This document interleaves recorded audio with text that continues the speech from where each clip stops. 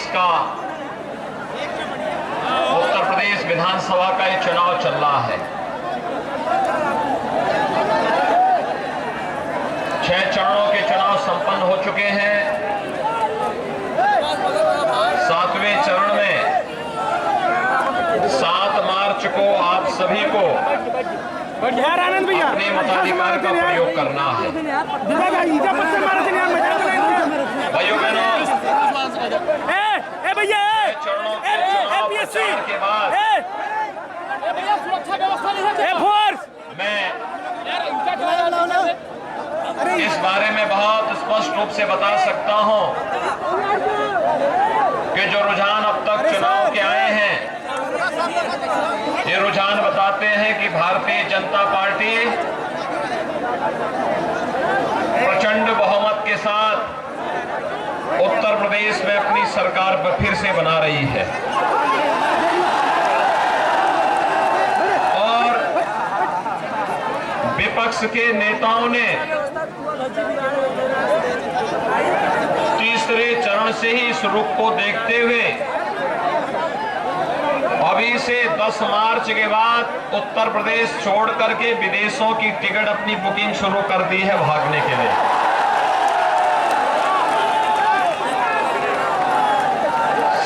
चरण में आप भारतीय जनता पार्टी को अच्छी सीटें दिलाते हैं तो भाइयों बहनों, केवल सरकार बनेगी ही नहीं, एक दमदार सरकार बनेगी। और दमदार सरकार का मतलब क्या होता है? आपसे ज्यादा या किसी से छुपा हुआ नहीं है। भाइयों बहनों,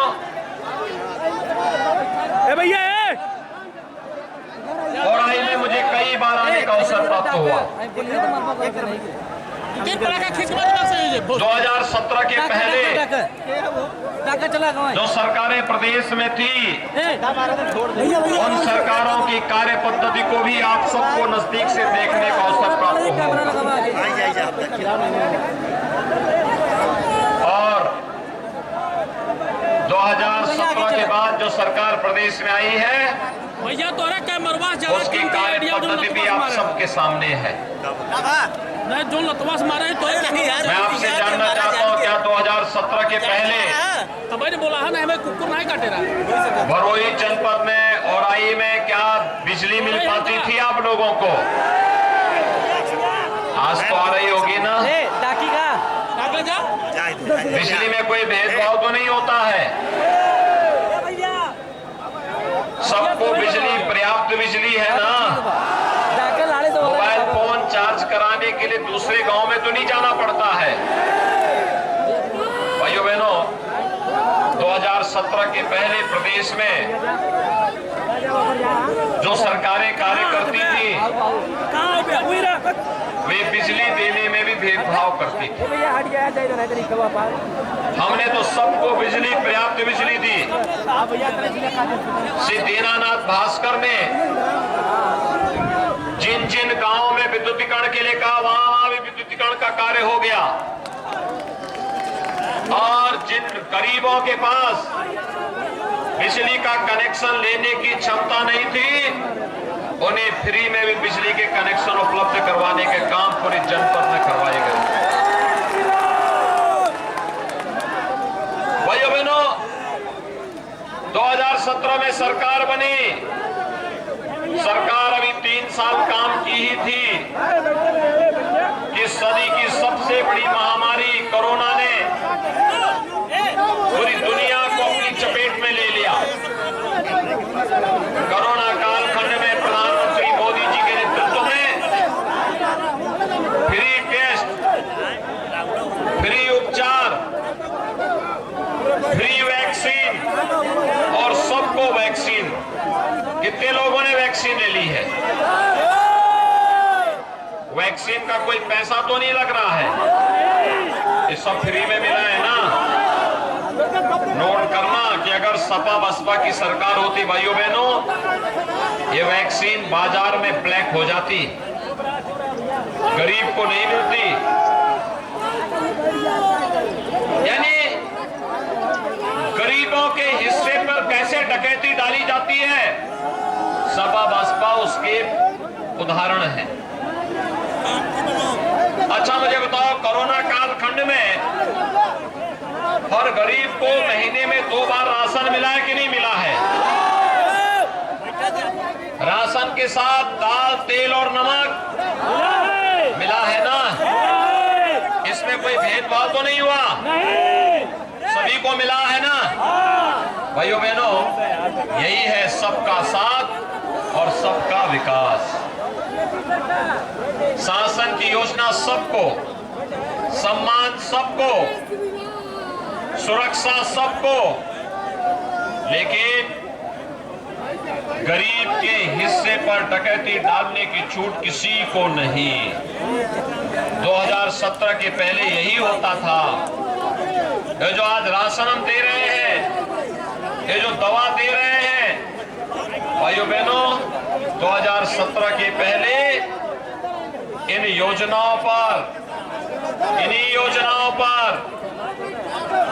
2017 के पहले डकैती पड़ती थी, राशन सपा बसपा के गुर्गे खा जाते थे, गरीब देखता रह जाता था। और आज इसीलिए हम लोग आए आपसे कहने के लिए, अभी तो ये झलक है, 10 मार्च के बाद जब सरकार बनेगी, उज्ज्वला योजना के हर लाभार्थी को साल में 2 बार फ्री में होली और दीपावली को फ्री में रसोई गैस के सिलेंडर भी उपलब्ध करवाई जाएगी। बेटी और बेटे में भेद न हो। हमने 2017 में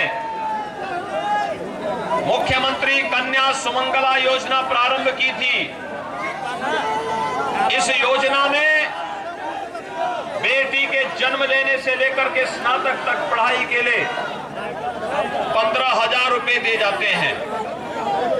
हमने तय किया है अब बेटी के लिए इस राशि को बढ़ा करके 15,000 से बढ़ा करके 25,000 रुपए करने का काम सरकार करेगी। सामूहिक विवाह योजना, गरीब बेटियों की कन्याओं की शादी के लिए सरकार 51,000 रुपए की कन्यादान के लिए अनुदान देती है। और भाइयों बहनों, 10 मार्च के बाद जब सरकार आएगी तो अगले 5 साल के अंदर इस राशि को बढ़ाकर 51,000 से बढ़ा के 1 लाख करने का कार्य सरकार करेगी। कॉलेज जाने वाली मेधावी बेटियों को, कॉलेज जाने वाली मेधावी बेटियों को, भाइयों बहनों, स्कूटी भी प्रदान करने का कार्य सरकार करेगी।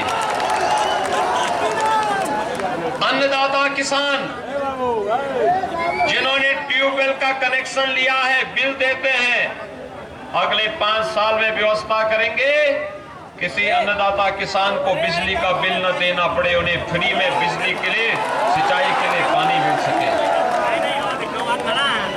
नौजवान, हमारा नौजवान जो हमारी ऊर्जा और प्रतिभा का प्रतीक है, 5 साल के अंदर 5 लाख नौजवानों को नौकरी दी, 2 करोड़ नौजवानों को रोजगार और स्वतः रोजगार के साथ जोड़ा गया।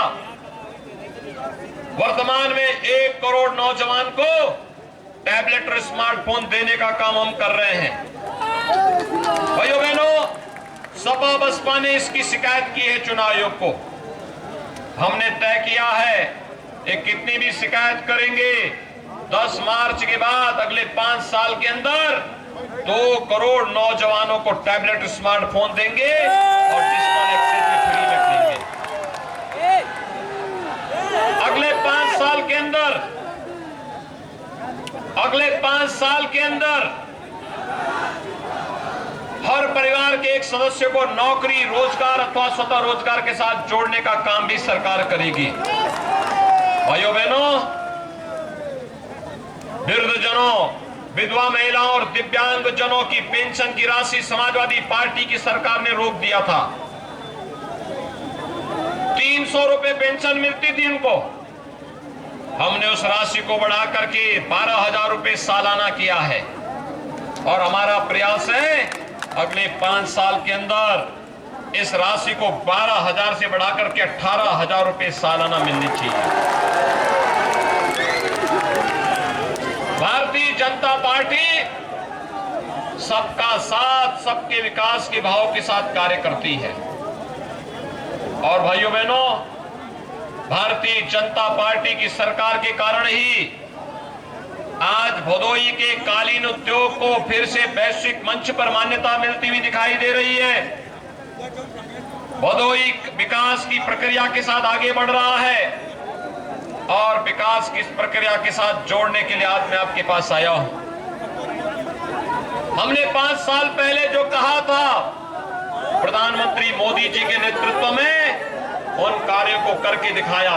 हमने कहा था अयोध्या में राम मंदिर का निर्माण होगा, आज अयोध्या में राम मंदिर का निर्माण हो रहा है। भाइयों बहनों, समाजवादी पार्टी परेशान है। वो कहती कि विकास का इतना पैसा कहां से आया है। मैंने कहा तुम चाहते तो तुम्हारे समय में भी विकास हो सकता था, लेकिन भाइयों बहनों, उनके समय में विकास नहीं होते थे, दंगे होते थे, अराजकता फैलती थी, गुंडागर्दी फैलती थी, विकास की योजनाओं में डकैती पड़ती थी, गरीब को राशन नहीं मिलता था, गांवों को बिजली नहीं मिलती थी, हर व्यक्ति परेशान रहता था। लेकिन भारतीय जनता पार्टी की डबल इंजन की सरकार ने अपने कार्यक्रमों को जिस मजबूती के साथ आगे बढ़ाने का काम किया है, आज वो किसी से छुपा हुआ नहीं है और इसीलिए आज आपके सामने आ रहा हूं।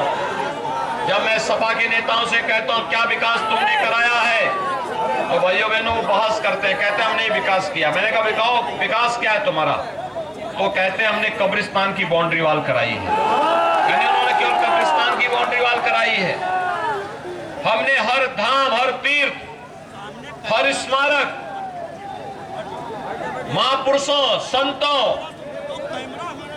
स्वतंत्रता संग्राम सेनानियों, इन सब के स्मारक और धामों को न केवल उनका पुनर्निर्माण और पुनरुद्धार का कार्य किया है, बल्कि इसको एक नई पहचान भी दिलाने का काम किया है।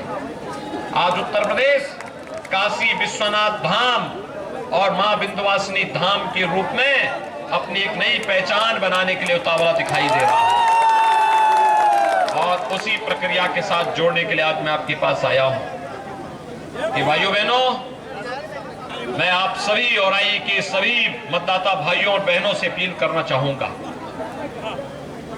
विकास। और जब मैं यहां पर आया हूं तो सामने मुझे बुलडोजर भी दिखाई दे रहे थे।